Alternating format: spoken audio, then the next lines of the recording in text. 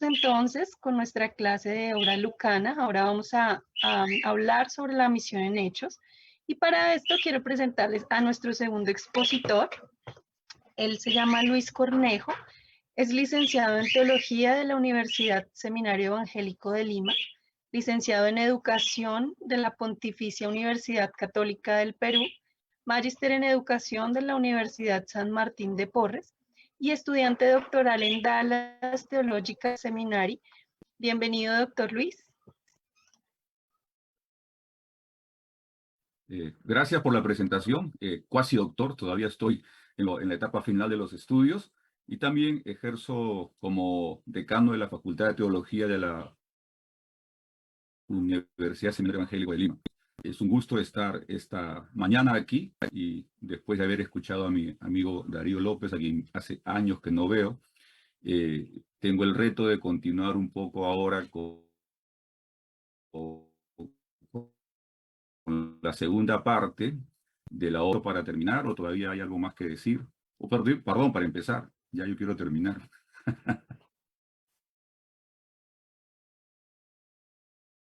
Entonces, ¿quién es la moderadora? Angie, ¿tú eres la moderadora?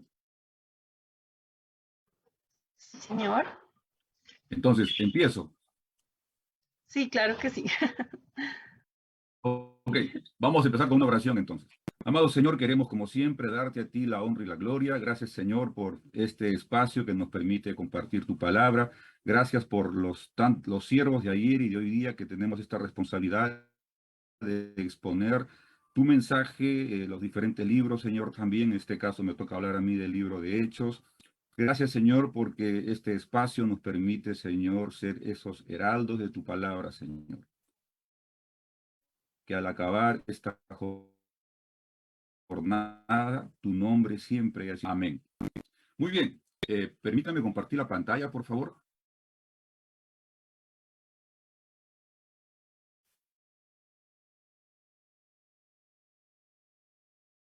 Para poder compartir el PPT.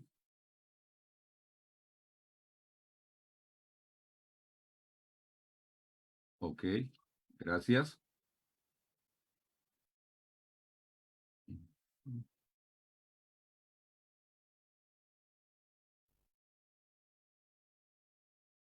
Ahí está. La obra lucana, misión de hechos. Quiero introducir eh, eh, el libro de Hechos partiendo de un tema que me parece interesante. Voy a dejar como un punto para comentar la manera como el pastor Darío nos ha hablado de esta gente, específicamente de las mujeres y de otros grupos marginales que Lucas toca en su primer escrito, ¿no? Y cómo es ese mensaje retador, confrontacional, contracultura del Evangelio de Jesús, Lucas en su segundo tomo lo va a llevar hasta lo último de la tierra. Sin embargo, me gustaría presentar primero el libro de Hechos con su rol de bisagra. Sabemos que una bisagra une dos partes, ¿no es cierto? Entonces, ¿qué une el libro de Hechos? Lo primero que podríamos preguntarnos es cuando Jesús dice, yo también te digo que tú eres Pedro, y sobre esta roca edificaré mi iglesia, y las puertas del Hades no por etcétera. No voy a entrar a discutir la exégesis del texto, me interesa lo que Jesús dice, edificaré mi iglesia. Pero luego seguimos leyendo el Evangelio y luego encontramos, por ejemplo, en segunda... 1 Corintios capítulo 1, verso 2, a la iglesia de Dios que está en Corintio. Podríamos seguir buscando otros versículos más, por ejemplo, 1 de Tesalonicenses 1:1, Pablo, Silvano y Timoteo a la iglesia de los tesalonicenses, y podríamos citar otros pasajes más, como Romanos 1:1 al 7, Efesios 1:1 al 2, Gálatas 1:1 al 2, Colosenses 1:1 al 2, etcétera, donde se muestran estas iglesias. Pero ¿qué pasó con este tema de edificaré mi iglesia que Jesús dice, y luego con las cartas a estas diferentes iglesias que encontramos en el Nuevo Testamento? ¿Cómo crecieron estas iglesias? ¿Cómo se formaron estas iglesias? Y entonces me parece que el libro de Hechos juega ese rol de bisagra entre el deseo de Jesús de edificar su iglesia y la realidad que encontramos de iglesias ya establecidas. Entonces, la respuesta la encontramos justamente en este tratado histórico del libro de Hechos. Entonces, eso es un primer punto que yo quería resaltar esta mañana como a modo de introducción. Ahora, vamos a hablar un poco de la autoría del texto. El libro de Hechos, como muchos libros, como los Evangelios, por ejemplo, no indican quién es su autor. Asumimos que es Lucas, pero el libro mismo, al igual que el Evangelio, no lo dice. Luego, el libro de Hechos está directamente vinculado al Evangelio de Lucas y viceversa, el libro de Hechos está directamente vinculado al Evangelio de Lucas. Entonces, vamos a leer Lucas 1, 1 al 4. Por cuantos muchos han tratado de compilar una historia de las cosas que entre nosotros son muy ciertas, tal como nos las transmitió los que desde el principio fueron testigos oculares y ministros de la palabra, también a mí me ha parecido conveniente, después de haberlo investigado, todo con diligencia desde el principio, escribírtelas ordenadamente, excelentísimo Teófilo. Entonces, Lucas le escribe este evangelio a el excelentísimo Teófilo. Vamos al libro de Hechos, en el capítulo 1, verso 1, el autor, bueno, el primer tratado. Entonces, este es el segundo tratado. Teófilo, aunque ya no es excelentísimo, ahora es mucho más coloquial, Teófilo, trato todo lo que Jesús comenzó a hacer y a enseñar. Entonces, sea que leamos Hechos en el primer versículo, o sea que leamos el Evangelio que lleva el nombre de Lucas en los primeros versículos, el nexo común es Teófilo. En el Evangelio, excelentísimo Teófilo, probablemente porque no había una relación todavía, porque probablemente la relación es mucho más amical después de cierto tiempo. Entonces, podemos decir que el autor del Evangelio de Lucas es el autor del libro de Hechos. Ahora, claro, decimos el Evangelio de Lucas porque ya sabemos que Lucas es el autor. Entonces, se habla del Evangelio de Lucas como el primer volumen de una obra de 2 volúmenes. El segundo volumen sería entonces el libro de Hechos. La tradición de la iglesia primitiva, esto es muy importante, afirma que Lucas es el autor de Hechos, así como del Evangelio que lleva su nombre. Los siguientes líderes post-época apostólica, la siguiente generación de liderazgo de la iglesia que estaba emergiendo y la siguiente y así en adelante, afirmaba que tanto el Evangelio que lleva el nombre de Lucas, como el libro de Hechos, el autor es Lucas. Testigos como Irineo, Orígenes, Clemente de Alejandría, Tertuliano, y otros más afirman que el Evangelio de Lucas y el libro de Hechos es de autoría Lucas. Siendo Lucas el autor, con no tanta discusión, entonces, ¿qué podemos decir de Lucas? Lucas era natural de Antioquía de Siria. Era médico, así lo leemos en Colosenses 4:14, y sería bueno leer ese pasaje. Colosenses 4:14, la palabra dice, Lucas, el médico amado, os envía saludos, y también Demas. Ya en la despedida de la carta de Pablo a los Colosenses, habla de Lucas, su médico amado. Luego tenemos que Lucas acompañó a Pablo en sus viajes misioneros. A partir del segundo viaje, la narrativa cambia a primera plural y el nos se repite con mucha frecuencia. Luego también tenemos la tradición que afirma que acompañó a Pablo hasta su martirio. Interesante este pasaje, segunda de Timoteo. Vamos a leer segunda de Timoteo, porque probablemente es el último escrito del apóstol Pablo antes de su martirio. son las cartas pastorales, que conocemos como las cartas pastorales, y entonces Pablo, probablemente sabiendo que no va a salir de la prisión en la que está, se está despidiendo. Entonces tenemos 2 de Timoteo 4, versículo 11. Solo Lucas está conmigo. Toma a Marcos y tráelo contigo, porque me es útil para el ministerio. Entonces, lo más probable es que Lucas, el médico amado, estuvo con Pablo al final de su vida. No tenía esposa ni hijos y murió a los 84 años en Beocia, Tebas, posiblemente, aunque hay otros autores que dan otra probabilidad como Roma o Acaya. No tenemos registrado la vida familiar de Lucas en las escrituras, ni tampoco la manera de cómo o cuándo murió. Estos datos los sacamos de la tradición de la iglesia. Ahora, la fecha de redacción y el lugar. En cuanto al lugar, el libro no dice tampoco ni da pistas de dónde Lucas escribe este libro de Hechos. Kistemaker, en su comentario al libro de Hechos, él postula la posibilidad de Acaya o Roma. En el comentario de Williamson, él dice que probablemente Roma, porque es donde él termina de escribir, o es donde está cuando Pablo está preso en Roma. Termina el libro con Pablo preso, con arresto domiciliario en Roma. Entonces, lo más probable es que Lucas haya escrito el libro de Hechos en Roma. Pero eso es como probabilidad. La fecha también es interesante. ¿Cómo podemos más o menos saber en qué tiempo Lucas escribe este segundo tomo de sus tratados?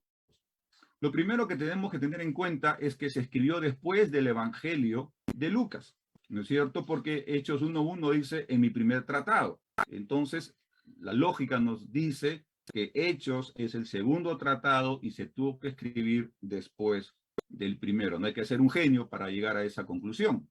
Luego, no se menciona la destrucción del templo ocurrida en el 70. Lucas se le conoce como el primer historiador. Tanto en los evangelios como en el libro de Hechos, es muy preciso con las fechas, los personajes y los eventos. Obviar la destrucción del templo en el año 70 sería pues un suicidio intelectual. No cabría en la mente de Lucas dejar pasar por alto semejante evento. Por lo tanto, si no lo describe, entonces no pasó mientras Lucas está escribiendo el libro de los Hechos. Luego, Hechos termina con Pablo con arresto domiciliario y sin trabas para predicar.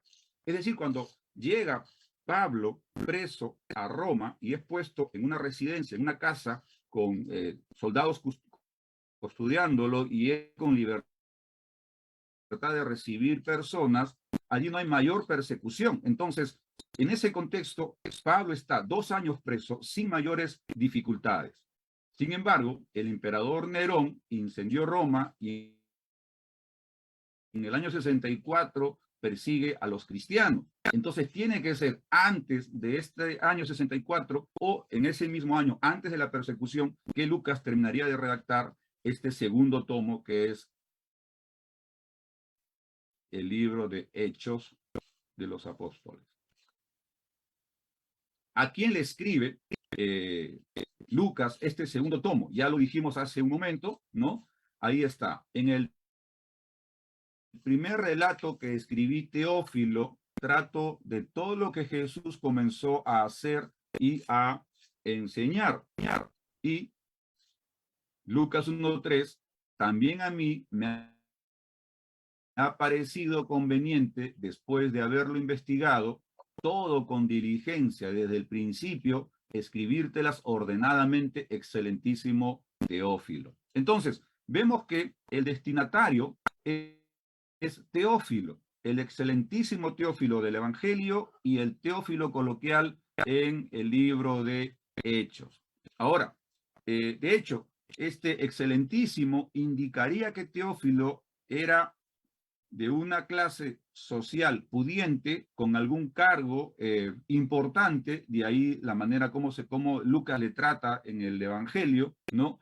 Y después de esa relación que ellos tuvieron, quizás un mentoreo, quizás un discipulado, ¿no? Ya se logra esta relación mucho más amical y se saca el excelentísimo y luego queda con el nombre allí. Teófilo, entonces es la persona que recibe. Otra posibilidad es que sea Teófilo la persona que hizo las veces de sponsor o el que financió la escritura de ambos tomos, ¿no? Y probablemente la idea no era solamente para Teófilo, sino que sea un documento, un escrito que sea de hecho llevado a otros lugares también, que de hecho eso fue lo que realmente pasó y es lo que tenemos nosotros en nuestro Nuevo Testamento. La otra posibilidad que me parece, suena muy interesante, pero creo que es más romántica, es que Dios filos, amor o amistad o hermandad, y decir que lo que pasa es que Teófilo significa los que aman a Dios o algo parecido y no es una persona real. Suena muy romántico, pero probablemente no es más que una idea romántica. Y sí, Lucas escribe este primer tomo del Evangelio al excelentísimo Teófilo para contarle las cosas acerca de Jesús que él investigó, ¿no? Con diligencia y luego extiende esa historia de este mensaje de este Cristo muerto y resucitado, y ese mensaje que va a ser llevado hasta lo último de la tierra, es básicamente este texto misionero del libro de Hechos. El propósito queda claramente marcado en Hechos 1:8. Pero recibiréis poder cuando el Espíritu Santo venga sobre vosotros y me seréis testigos en Jerusalén, en toda Judea y Samaria y hasta los confines de la tierra. Podríamos decir que este es el texto de la Gran Comisión en el libro de Hechos, en paralelo a la Gran Comisión en el Evangelio de Mateo, hasta lo último de la tierra. El propósito del libro de Hechos es un propósito netamente misionero. La misión de Dios está encarnada en el texto de Hechos porque nos relata cómo este mensaje que Jesús nos dejó y que confrontó, como bien dijo el pastor Darío, que me antecedió, ¿no? Trayendo el mensaje de las buenas nuevas a los marginados, a la gente socialmente con la cual no deberías juntarte, cobrador de impuestos, prostituta, rateros, ladrones, políticos, etcétera, etcétera, etcétera, cuyo corazón endurecido por el pecado podía y debería y debe ser transformado por el evangelio que Jesús nos trajo como el evangelio del reino, las buenas nuevas de salvación, que era para todas las personas, sin importar raza, credo, etcétera, ¿no? La salvación es a través de Cristo Jesús y este mensaje debía llegar hasta lo último de la tierra y eso es lo que nos muestra en Lucas nos relata esta misión de Dios en el libro de los Hechos.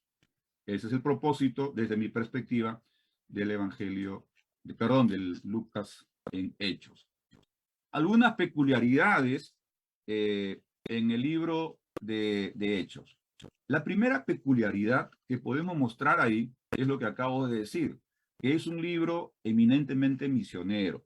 De hecho, el propósito de Lucas, como lo vemos tanto en el Evangelio como aquí en el libro de Hechos, es narrar los acontecimientos, los eventos, la manera como la iglesia va a llegar hasta lo último de la tierra, no con un propósito conquistador al estilo de los imperios de Grecia, Roma, los asirios, ¿no? Los babilonios, sino conquistar el mundo con el mensaje de salvación, con el mensaje de Cristo Jesús, con el mensaje del nuevo reino, del reino de Dios, del reino de los cielos. Y esa es la tarea que hasta el día de hoy nosotros tenemos también.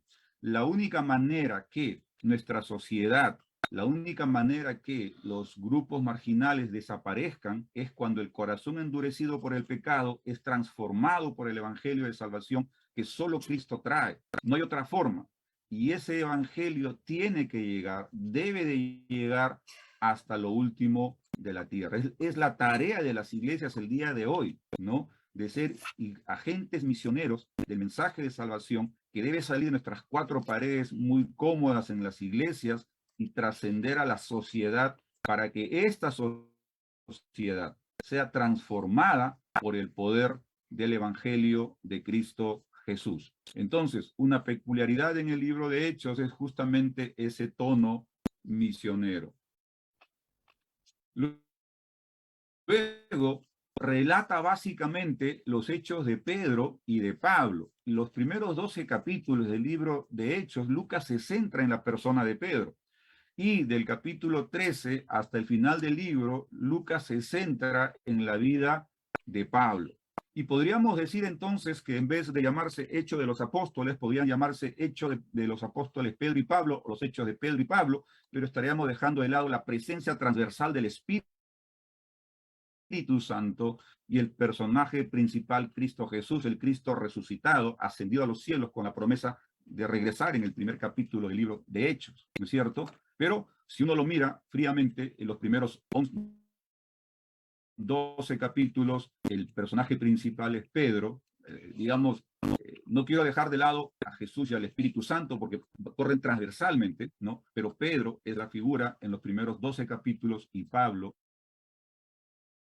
una vez que entra a partir del capítulo 7 a las páginas del libro de Hechos, en adelante va a convertirse en el eje principal del 13 hasta el capítulo 28. Luego, el Espíritu Santo juega un rol determinante. La promesa que encontramos en los evangelios y que se repite en los primeros versículos del primer capítulo del libro de Hechos, llega a su cumplimiento en el capítulo 2, cuando el Espíritu Santo llega a quedarse en la iglesia, ¿no? Hechos 2, en la fiesta de Pentecostés, vemos cómo estos 120 son llenados por el Espíritu Santo y luego empieza a extender la iglesia. En su primer discurso, Pedro, una conversión de 3,000, luego en su segundo una conversión de 5,000, contando solamente hombres, y eso no queremos mencionar que marginación de las mujeres y niños, era la manera como se contaba, ¿no? Y entonces la iglesia comienza a crecer por la obra del Espíritu Santo, el Parácletos prometido por Cristo Jesús. Jesús le dice, les conviene que yo me vaya para que sea enviado el Espíritu Santo. Luego tenemos otra peculiaridad, el tiempo que Hechos cubre desde la crucifixión de Cristo y resurrección en el año 29 hasta el final, hasta el fin del encarcelamiento de Pablo, probablemente en el año 60 o 62. Es el periodo que Lucas nos narra de estos acontecimientos, 29 después de Cristo hasta aproximadamente 60-62 después de Cristo. De hecho, Lucas no narra en Hechos la muerte de Pablo. Y finalmente, otra peculiaridad es que Lucas nos muestra esta característica de la obra misionera que tiene y debe ser en equipo. El primer equipo misionero lo encontramos en Hechos capítulo 13, cuando la iglesia de Antioquía comisiona a Bernabé y a Saulo para la obra a la cual ellos han sido llamados. Hablaremos de eso un poquito más adelante. Pero ahí también tenemos este primer equipo misionero que sale a extender el Evangelio de Cristo Jesús hasta lo último de la tierra.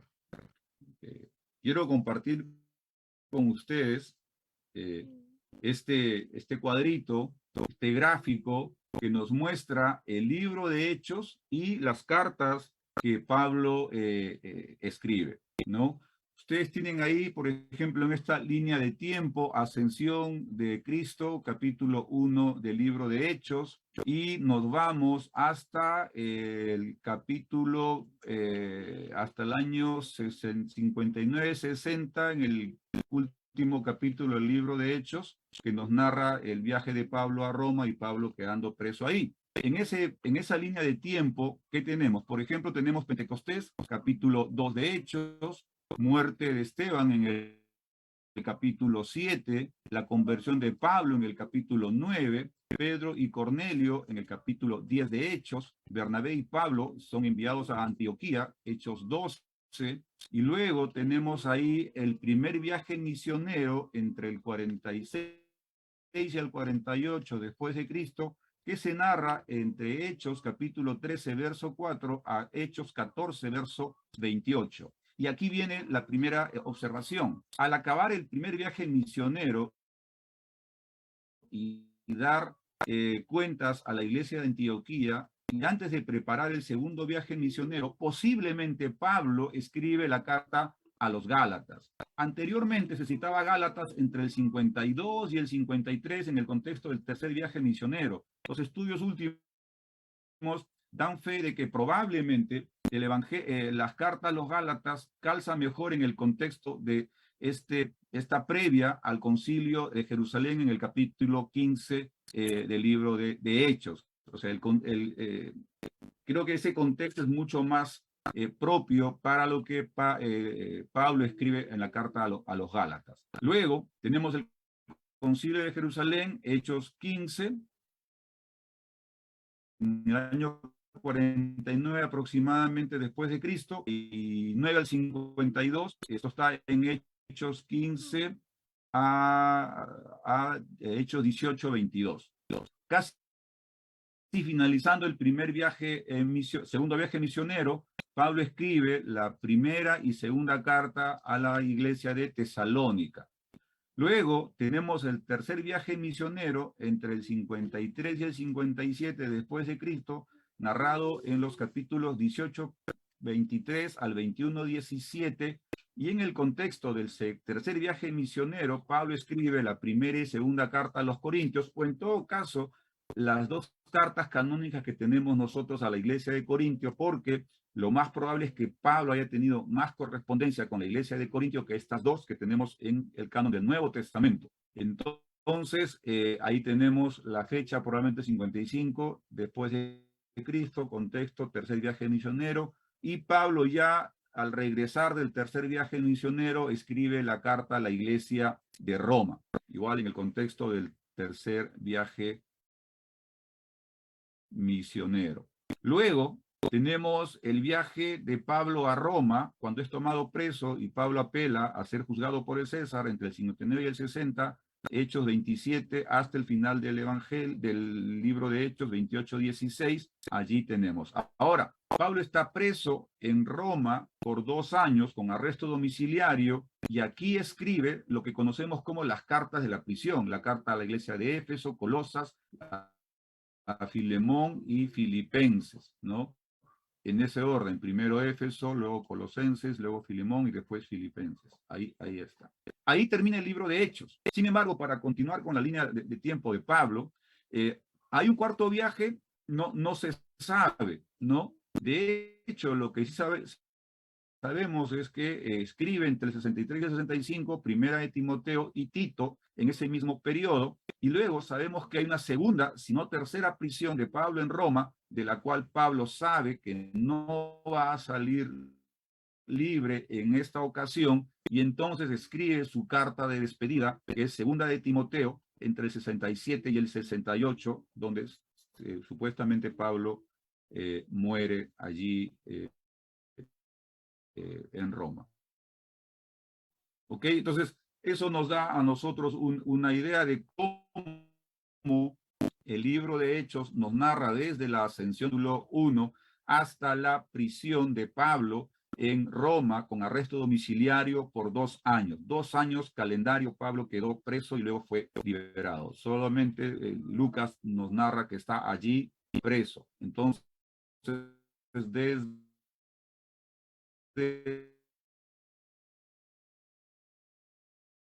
de Cristo y las cartas que Pablo escribe en ese contexto. Ahora, un bosquejo misionero de el libro de Hechos podría ser. No digo que es el bosquejo, es uno de varios bosquejos, porque de hecho, dependiendo del que estudia el libro y desde la perspectiva que le quiere dar, puede bosquejar totalmente de otra forma, ¿no? Pero por lo menos desde una perspectiva misionera y en base al texto de Hechos 1:8, uno podría bosquejar más o menos el libro, el segundo tomo de Lucas, Hechos de los Apóstoles, de la siguiente forma. La primera sección, el ministerio de Cristo resucitado entre los discípulos, lo vemos en Hechos 1:1, versículo 1 al versículo 11, los primeros 11 versículos, podemos ver ahí al Cristo resucitado. Luego tenemos la segunda división, la iglesia de Cristo en Jerusalén, Hechos 1:12 hasta el capítulo 7, verso 60, todo el capítulo 7, termina con la persecución de Pablo a la iglesia y la muerte de Esteban. La muerte de Esteban, perdón. La iglesia de Cristo en Judea y Samaria, Hechos 1:8 hasta Hechos 12:25. Y finalmente la última división, la iglesia de Cristo hasta lo último de la tierra, capítulo 13, verso 1, hasta el capítulo 28, verso 31. En estas 4 secciones uno puede encontrar diversos eventos que Lucas con toda precisión nos narra, ¿no? Creo que es importante observar que el propósito de Lucas, y quizás aquí pueda yo tener alguna discrepancia con alguno de mis colegas o con alguno de los que estén participando, pero el propósito de Lucas no es dejarnos un tratado teológico como quizás uno puede entenderlo en el Evangelio, sino más bien un relato histórico de los eventos principales que desde su perspectiva, si aceptamos que Lucas le está contando los siguientes eventos a Teófilo, de cómo este mensaje de Cristo ha ido desarrollándose, creciendo, extendiéndose, sería la palabra mucho más correcta, cómo se ha ido extendiendo a lo largo de todo el Imperio Romano, a lo largo de todo el mundo conocido, porque es hasta lo último de la tierra. Entonces, creo yo que debemos leer hecho desde una perspectiva de un texto histórico que narra eventos y que no necesariamente desea darnos enseñanza teológica o doctrinal, como sí podemos encontrar en los evangelios o en las cartas, ¿no? De hecho, cuando ubicamos el estilo literario del libro de Hechos, decimos que es un texto narrativo, ¿no? Ahora, no significa que no pueda encontrar algún tema doctrinal en el libro de Hechos. Lo que estoy diciendo es que no es el propósito de Lucas enseñarnos doctrina, sino más bien relatarnos qué fue lo que pasó con esta iglesia que Jesús dijo que la edificaría con las iglesias que ya estaban establecidas, ¿no? O sea, ¿cómo edificaré y cómo ya hay iglesias edificadas? ¿Qué fue lo que pasó? Entonces, Lucas narra, nos cuenta, nos relata esos acontecimientos y él selecciona una serie de eventos desde el año 29 después de Cristo hasta más o menos el 60-62 después de Cristo, ¿no? En esa línea de tiempo donde nos muestra todos estos acontecimientos, creo yo, desde una perspectiva netamente misionera. Seguramente podremos hablar un poco más de eso en el tema de las preguntas. La misión en Hechos. Donald McBarran señala lo siguiente: podemos definir misiones específicamente como una empresa dedicada a la proclamación de las buenas nuevas de Jesucristo y a persuadir a los hombres y a las mujeres a hacerse sus discípulos y miembros responsables de su iglesia. Es una definición de misión como tantas otras pudieran haber, pero lo interesante que me gusta de esta definición es esa de una empresa dedicada a la proclamación de las buenas nuevas de Jesucristo. Los corazones endurecidos por el pecado solo son transformados por las buenas nuevas de Cristo Jesús, no por constituciones, no por leyes, no por partidos políticos, no por temas filosóficos, humanistas o de derechos humanos. El mensaje de salvación, el mensaje de Cristo Jesús es el único que va a cambiar ese corazón endurecido por el pecado. Y eso lo entendía muy bien Lucas en los evangelios, lo entendió muy bien cuando nos narra cómo ese mensaje va necesariamente debe extenderse hasta lo último de las tablas de su iglesia. Entonces, en ese contexto, yo junto Hechos 1:8, que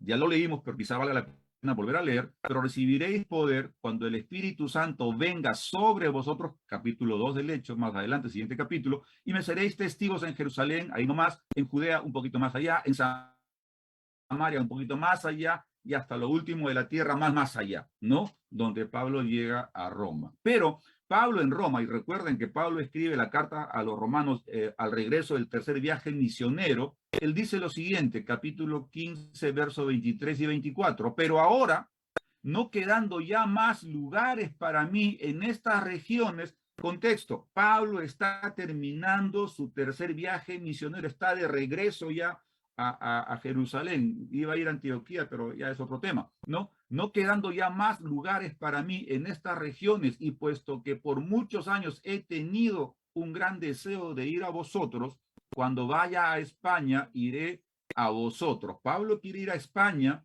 pero camino a España quiere quedarse en Roma, porque espero veros al pasar y que me ayudéis a continuar hacia allá, después que vaya disfrutado de un poco de vuestra compañía. Desde mi perspectiva, me parece que en el corazón de Pablo, en este corazón misionero, sabiendo que la misión de Dios no se hace de manera solitaria, sino en concordancia con la iglesia local, tal cual él hacía con la iglesia de Antioquía de Siria, Pablo salía y regresaba a dar su informe y era comisionado por la iglesia. Si Pablo quiere ir a España y regresar a Antioquía, no era práctico, pero regresar a Roma, a la iglesia en Roma, era lo más práctico, ¿no? Entonces probablemente Pablo tenía en su corazón misionero que lo que Antioquía fue para estos 3 viajes misioneros originales, quizás la iglesia de Roma debería ser para su aventura de llegar a España. Si llegó a España o no llegó a España, eso es tema para otra ponencia, para otra discusión. Pero aquí vemos la misión en Hechos 1, y cómo Pablo, regresando del tercer viaje misionero, ya capta que quiere extender esa visión que está terminando con ese tercer viaje misionero. Mi punto es que la misión de Dios no termina en el tercer viaje, sino que se extiende hacia lo último más conocido, que era en ese contexto España. Aquí tenemos los viajes misioneros de Pablo. Por razones de tiempo y para dejar espacio para las preguntas también, vamos a pasarlo más o menos con cierta explicación, ¿no? El primer viaje misionero, vamos a leer el capítulo 13 de Hechos. Si ustedes tienen su Biblia ahí, por favor.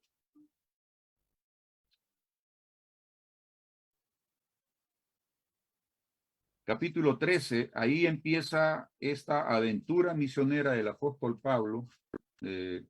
Interesante, otro punto que podríamos hablar ahí también es acerca del tema de la mentoría y cómo uno tiene que decrecer, menguar, para que a quien estamos mentoreando surja.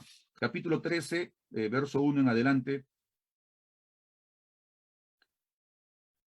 En la iglesia que estaba en Antioquía habían profetas y maestros: Bernabé, Simón, llamado Níger, Lucio de Cirene, Manahem, que se había criado con Herodes el tetrarca, y Saulo, que es Pablo, ¿no? Mientras ministraba al Señor y ayunaban, el Espíritu Santo dijo: apartadme a Bernabé y a Saulo para la obra a la que los he llamado. Entonces, después de ayunar, orar y haber impuesto las manos sobre ellos, los enviaron.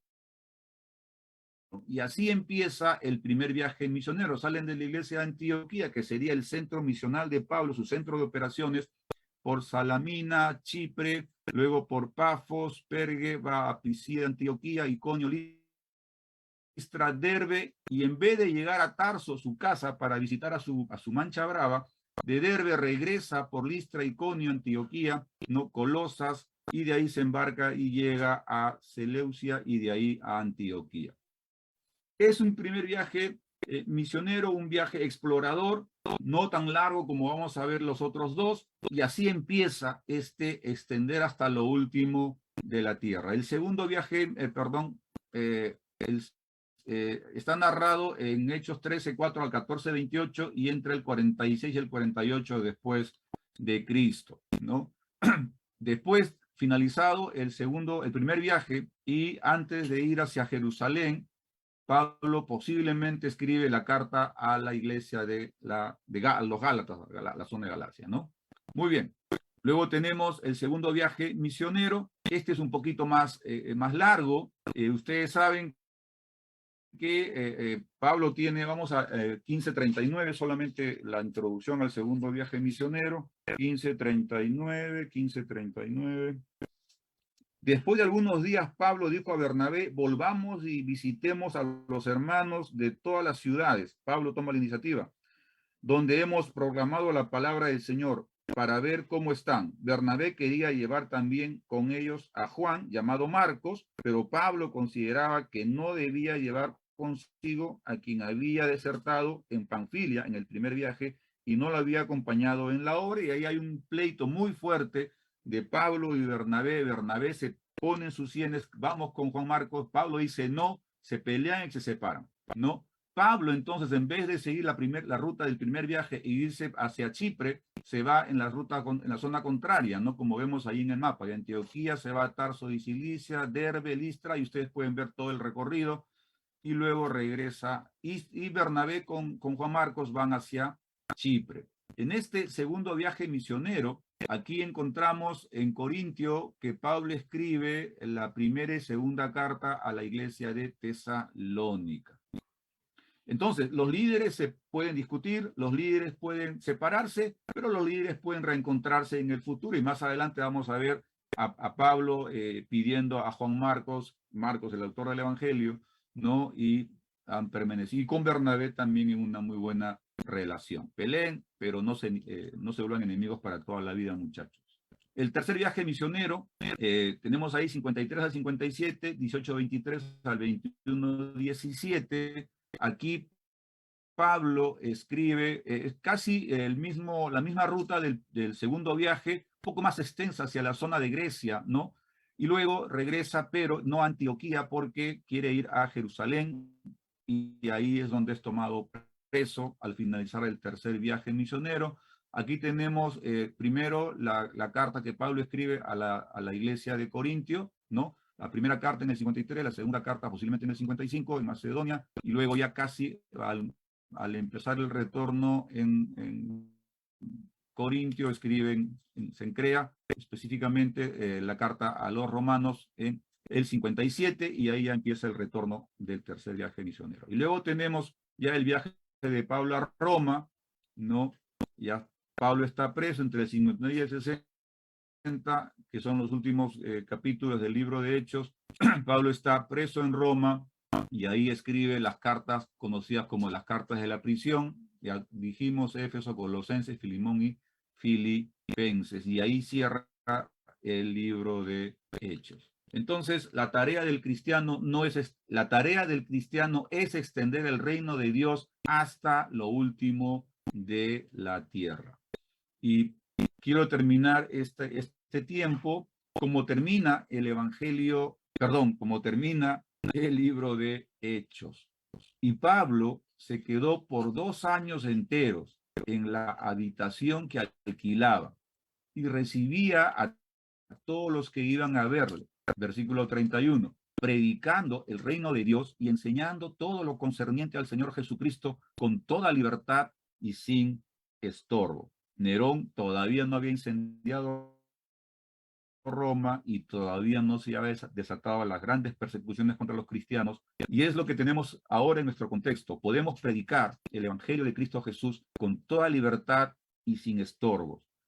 No esperemos que por la soberanía y la gracia de Dios nos manden algún tipo de persecución para llevar el reino de Dios hasta lo último de la tierra. Gracias por su paciencia y pasamos entonces, creo yo, con buen tiempo a las preguntas.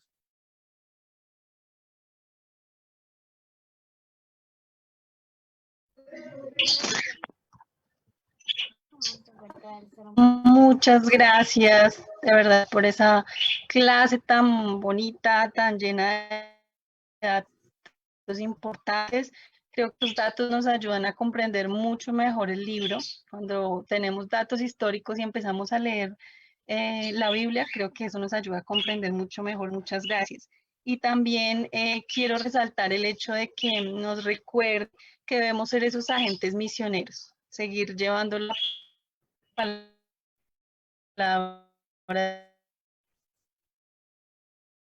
Señor, para que la sociedad pueda ser transformada.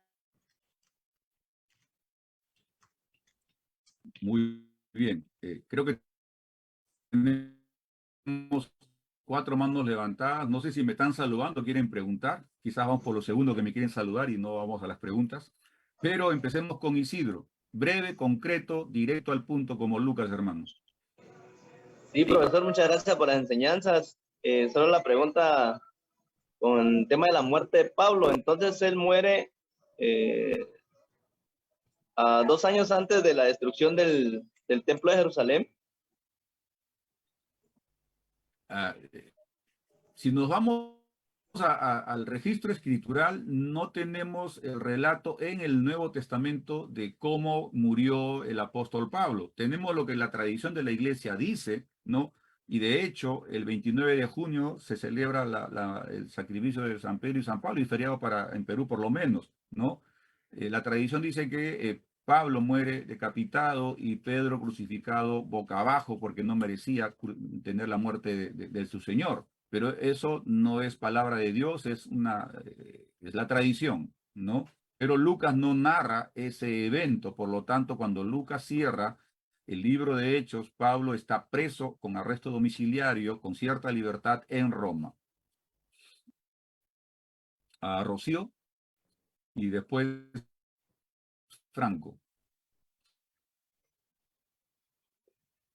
Buenos días, pastor. El libro de Hechos nos habla de la iglesia primitiva, ¿no? Era una iglesia fraterna que compartían, ¿no? Unos a otros, que estaban en comunión, oraban, compartían el pan. Esto, ¿cómo se podría trasladar en la actualidad a nuestras iglesias? Ok, en principio, otra vez, desde mi perspectiva, yo creo que Lucas nos está narrando cómo era esta coinonía, estas primeras relaciones de estos primeros cristianos que empezaban a congregarse en las casas y en el templo. Ojo, en las casas y en el templo. Partían el pan el primer día de la semana, probablemente la cena del Señor, ¿no? Y había esa hermandad. Ahora, podemos hacer lo mismo, hermanos, en nuestras iglesias. Podemos apoyar a los que menos tienen, a los que están pasando necesidades. No necesariamente debo vender mi casa para dársela al pastor y que el pastor vea qué hace con ese dinero. Creo que no es el espíritu. El espíritu, la esencia que Lucas nos narra es como esta coinonía, como este amor fraternal de amarse los unos por los otros les llevaba a desprenderse de sus bienes en amor a los otros. Entonces, podemos contextualizar en nuestro tiempo, por supuesto, cuántas familias, personas no han fallecido por el tema del COVID, cuántos no han perdido trabajos, cuántos han visto reducido su sueldo. ¿Por qué no apoyamos con esa coinonía cristiana que se narra en los primeros, en los capítulo 2 de Hechos, que cita la hermana, por ejemplo? ¿Por qué no hacerlo? Nada nos limita. Ahí está la esencia misma, ¿no? No la obligatoriedad de hacerlo, ¿no? Sino más bien la disponibilidad, que creo que es lo que se narra ahí, la disponibilidad de poder cubrir las necesidades de mi prójimo, ¿no? Franco.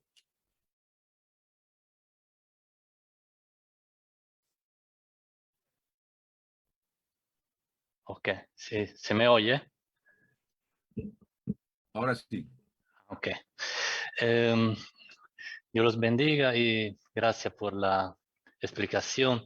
Y durante la explicación usted habló de que el libro de Hechos es principalmente un libro histórico, o sea, que nos relata cómo la Iglesia llegó a crecer en varias partes del mundo que en aquel tiempo conocían.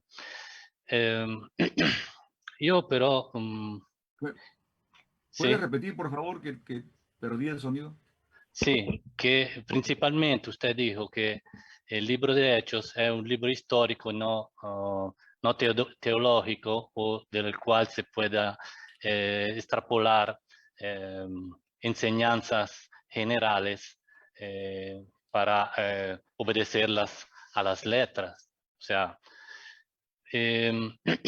pero digamos que como usted respondió también a la persona precedente, que leyendo lo que sucedía en aquel tiempo, nosotros también lo podemos aplicar en el día de hoy. Yo creo que está bien decir que es un libro histórico, pero no es una historia genérica como puede ser otro historiador, sino que es una historia que nos da indicaciones precisas, no de obedecer a la letra, pero sí de ir en esa dirección, del punto de vista de cómo hacer misiones, del punto de vista de cómo la iglesia puede compartir entre ellos, o sea, entre los hermanos. Yo creo que no podemos, una aclaración si usted la puede dar, no podemos descalificar, digamos, el libro de Hechos y ponerlo solo como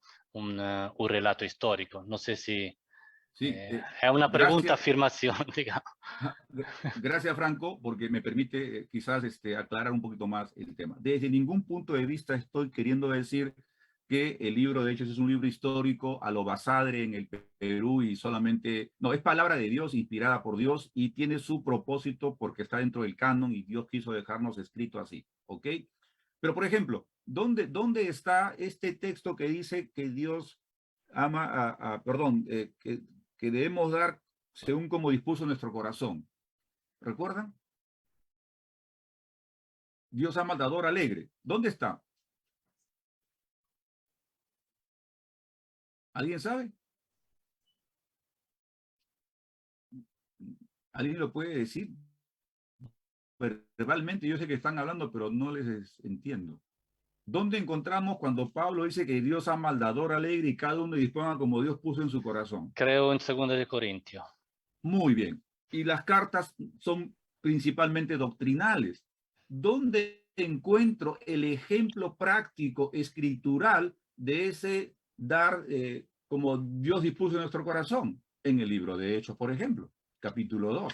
Entonces, creo que la parte práctica la podemos encontrar en el libro de Hechos porque nos narran los acontecimientos que sucedieron, motivados por, ese era mi punto, ¿no? O sea, estoy de acuerdo con lo que Franco dijo, o sea, no podemos pensar que es historia por ser historia y sin ninguna trascendencia, no.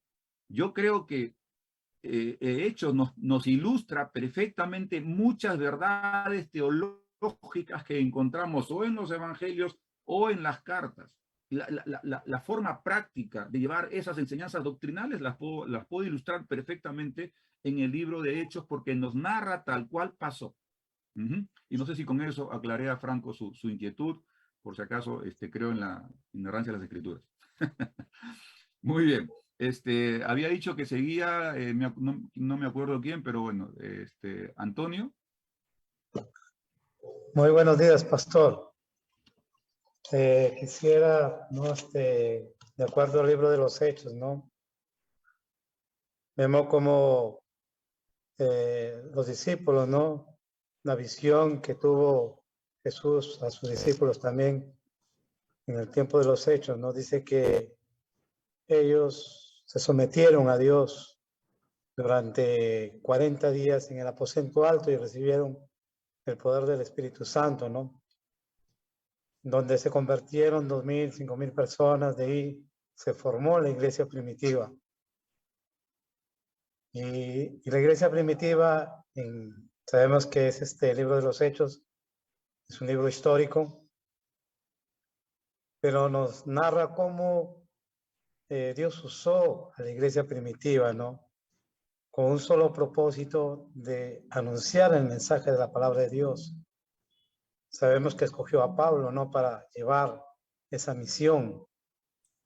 Pero yo le hago la pregunta, ¿por qué la iglesia del día de hoy ha perdido esa convicción o ese deseo de hacer, como se dice, misiones a otros lugares, ¿no? Siempre me he preguntado, ¿no? Que la iglesia, a veces cada uno tiene su visión, ¿no? Y cada uno trabaja por su lado. Cuando Jesús oró por la unidad de la iglesia, ¿no? Porque en el tiempo de los Hechos estaban unidas todas las iglesias que Pablo fundaba. Ok. Y en estos Hermano, tiempos, entiendo la pregunta porque faltan 2 más y me quedan 7 minutos. solamente quisiera preguntarle, pastor, ¿por qué se ha perdido la unidad de la misma iglesia cuando debe de hacer misiones también?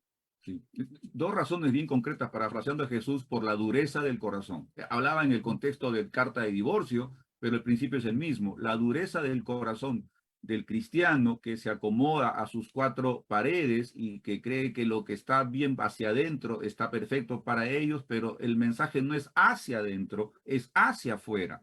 Y la iglesia tiene que ser, el ADN de la iglesia es misional, ¿no? La gran comisión en Mateo, la gran comisión en Hechos 1:8, no percibe una iglesia hacia adentro, la iglesia es hacia afuera. No podemos ser luz y sal dentro, tenemos que ser luz y sal fuera. Yo creo que es un error, yo diría es un pecado de la iglesia el no ser una iglesia misional. Voy a darle paso primero a Omaira y terminamos con Elías. Omaira, dime brevemente porque nos quedan 5 minutos. Buenos días, muchas gracias. Es una pregunta sencilla. Actualmente tenemos en el marco legal un tema de libertad religiosa en las naciones y la pregunta es, con esto de marco legal, ¿cuál es la forma pertinente de seguir compartiendo el evangelio? Ok. Bueno, lo mismo que dice las escrituras. Mientras un marco legal no contradiga una ley de las escrituras, las aceptamos. Cuando la ley humana contradice la ley divina está por encima de la ley humana, aunque nos cuesten algunos meses, años de cárcel. Y es lo que hizo Pablo. Elías, el profeta Elías, a ver. Nos quedan Profesor, 5 sí, minutos, Elías. profesor, muchas gracias. Bueno, mi pregunta es para que me aclare este tema porque, bueno, 2 temas importantes. En el tema de que nosotros tenemos entendido de que el escritor Lucas fue el acompañante de Pablo, ¿no? Su compañero, si se quiere, de misiones. Pero Daniel Margerat, en su introducción al Nuevo Testamento, él dice que es improbable la hipótesis de que Pablo y Lucas fueran compañeros. Es más, data, diríamos, la fecha de creación o de composición de la obra hacia los años 90. ¿Qué opinión le merece este texto, profesor? ¿Cuándo escribe este hermano esa postura? No tengo la fecha exacta del texto, pero sí lo tengo el texto. Pero digamos en el presente, quizás en estos años. Debe ser hace décadas, profesor. Ok, Sí. digamos, pero mi punto es, escribe ahora, por decirlo de alguna manera. Pero Tertuliano, Irineo, escriben en la siguiente generación post. ¿Y quién tenía más fresca la noticia de que Lucas escribió y acompañó a Pablo? ¿Irineo, Tertuliano, Clemente o el hermano que postula una hipótesis bastante interesante, muy llamativa, negando la autoría de Pablo? Y de eso hay un montón, pero prefiero creerle a los que estuvieron bastante cerca que a los que están postulando cosas muy interesantes y negando algo que para todos es obvio, ¿no? Muy bien, creo que he llegado al final. Uy, lo siento, Bertulio. No sé si me estás saludando. Eh,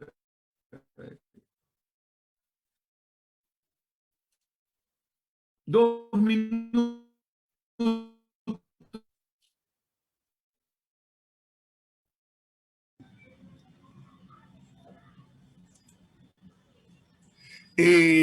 Pastor, buenos días, Dios lo bendiga.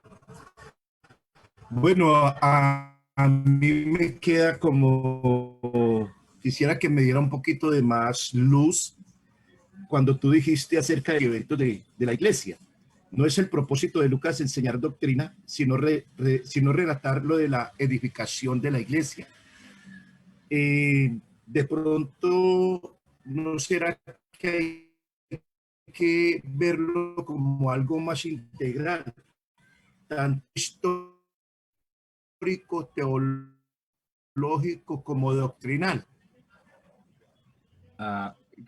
Creo que, gracias Bertulio, mi punto es que no estoy diciendo que Lucas escribiendo Hechos, porque recuerda que Lucas escribió el Evangelio, ¿no? Yo creo que su énfasis doctrinal está en el Evangelio y su énfasis de la practicidad de ese Evangelio está en Hechos, pero no necesariamente no hay doctrina. Lo que más hay es historia narrativa, y dentro de esa historia narrativa vamos a encontrar algunas señales doctrinales, por supuesto, y muchas de esas en la forma práctica de la ejecución y no en la forma conceptual del contenido. O sea, no la definición, pero sí la plasticidad. ¿Dónde encuentro la definición? En las cartas, en los evangelios, en los otros textos. Gracias por la pregunta, gracias por la oportunidad que me dieron de compartir con ustedes, que el Señor les bendiga, ha sido un gusto estar con ustedes.